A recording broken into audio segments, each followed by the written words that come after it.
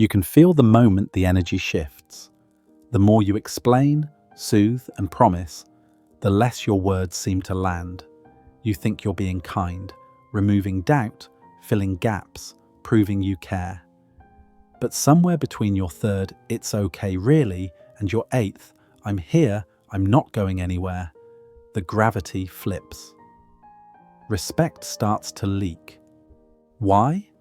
Because reassurance repeated becomes a signal that you don't trust reality to speak for you.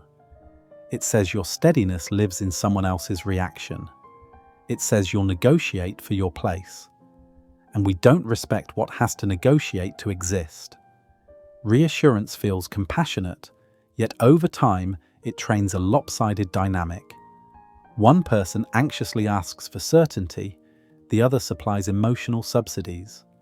More explanations, more check-ins, more guarantees. That subsidy buys a few quiet minutes, then the cost rises. The requester learns that tension drops only when you pour in soothing.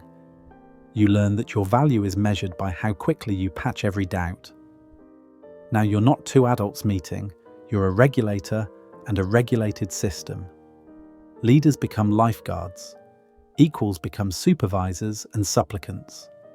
Nobody wants that job forever, and respect shrinks inside it. The psychology is simple. People respect what is scarce, self-directed, and consistent. Reassurance in excess shouts the opposite.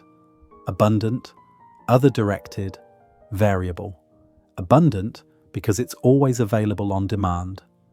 Other-directed because it shows up mainly in response to pressure. Variable because it appears in spikes when fear appears, then fades until the next spike. The brain learns a lesson. Certainty must be requested, not inferred from actions. Once that lesson sets, your words carry less weight. Promises compete with patterns, and patterns always win. There's also reactance, the reflex to protect autonomy when we feel managed.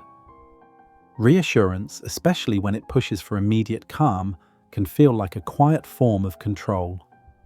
Please stop doubting me now. Even if your intent is pure, the subtext can ring as pressure. Pressure invites resistance. Resistance invites more reassurance. The loop tightens. Add in intermittent relief. The "it feels better after a speech" hit, and you've built a slot machine of intimacy, unpredictable calm, followed by spikes of soothing.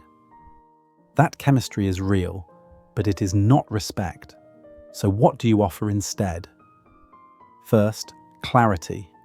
Clarity is clean, light, and expensive. It comes with choice. You don't convince someone you're steady, you behave steadily and let them decide.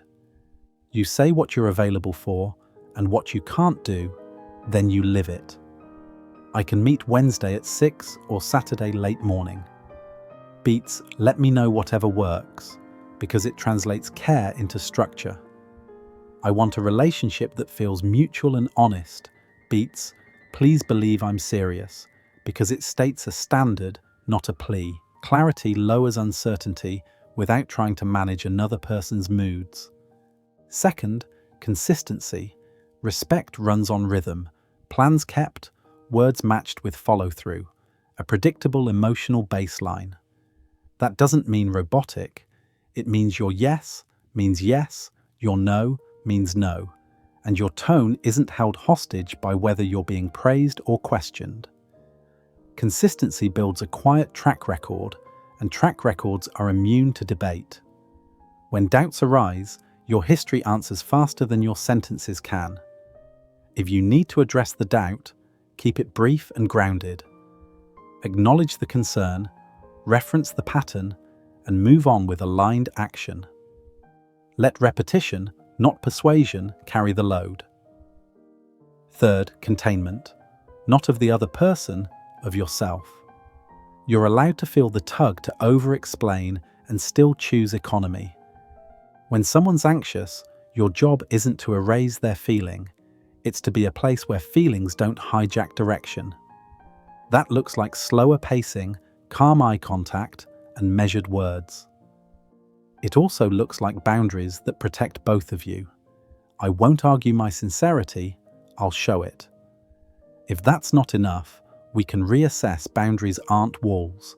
They're clarity about what you can sustain without resentment. Resentment is expensive. Boundaries keep respect affordable. Fourth, curiosity. Not the therapeutic interrogation that tries to fix, the simple kind that signals your experience matters and we can name it together. Ask short, non-leading questions. What part feels uncertain? What would make this feel fair to you? Listen for constraints, time, pace, values, then reflect them back. Curiosity isn't reassurance, it's alignment. It treats the other person as a partner with agency, not a threat to be neutralized. Agency breeds respect because it keeps both people in adult roles. No one gets cast as a judge or a defendant. Fifth, consequence. Respect needs teeth or it turns to sugar. If a pattern keeps eroding the bond, chronic last-minute cancellations, vague half-promises, pressure disguised as jokes, name it and set a fork in the road. I want this to work, and this pattern makes it hard to trust. I'm available for a version that looks like X. If we can't do that, I'll step back. Notice what's absent. No threat, no guilt, no lecture. Just a standard plus an outcome. Consequence is not punishment. It's data you're willing to act on. People trust those who act on their own data. Sixth, invitations over assurances. Invitations respect freedom. Join me, let's try. I'm going this way, come if you want. They communicate direction without demanding compliance. The subtext is powerful. You have a fulfilling path whether or not someone joins.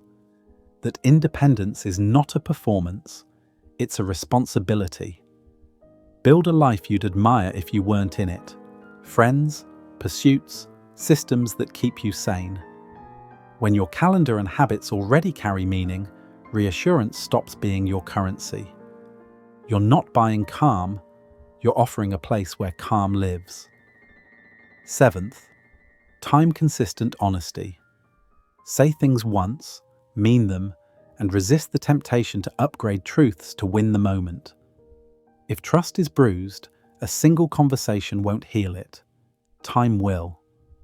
If commitment is unsure, don't smother it with vows. Co-create small, real experiments that reveal whether momentum exists. A weekly ritual, a month of clean plans, a check-in with specific questions. Let results teach you where the bond wants to go. This protects dignity on both sides and keeps respect intact because nobody was cornered into yes. Here's the pivot if you've been stuck in the reassurance loop. Stop selling your steadiness and start living your standards. Replace "please believe me" with "watch me." Replace "I'll do anything to fix this" with "here's what I can do and what I won't." Replace "are we okay?" with "do our actions match what we say we want?" You'll notice two things quickly. Some tension rises when you stop over-functioning, and the right kind of interest rises with it. That's not game playing, it's gravity returning to its proper setting. Adults are drawn to those who don't abandon themselves. In the end, reassurance lowers respect when it tries to manufacture certainty instead of earning it. What earns it is simple, not easy. Clarity that names the path, consistency that proves it, containment that steadies the room, curiosity that keeps both people human, consequence that honors reality, invitations that leave choice intact, and honesty that can wait. Offer those, and you won't need to prove your value. It will be obvious in the way you move and in the way people choose to meet you there.